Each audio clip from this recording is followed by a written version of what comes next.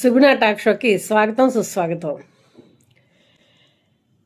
14 సంవత్సరాలు campus సెలక్షన్స్లో engineering విద్యార్థులు మరియు డిగ్రీ విద్యార్థుల్లో మీరు గమనించిన లోపాలను వివరించగలుగుతారా కిషోర్ రాథోర్ గారు?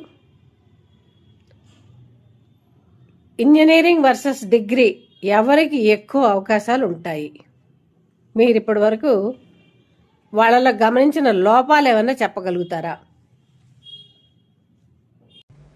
సాధారణంగా స్టూడెంట్స్ చేసే తప్పేంటి అంటే వాళ్ళు ఒక రాంగ్ నోషన్లో ఉంటారు.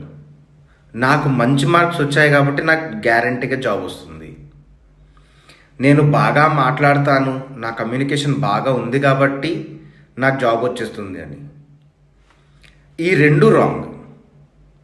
మంచి మార్క్స్ ఉందన్నంత మాత్రాన జాబ్ వచ్చేస్తుందన్న గ్యారంటీ లేదు, మంచి కమ్యూనికేషన్ ఉందన్న మాత్రాన వాళ్ళకి జాబ్ వచ్చేస్తున్న గ్యారంటీ లేదు. రెండిటి మిక్స్చర్ ఉండాలి.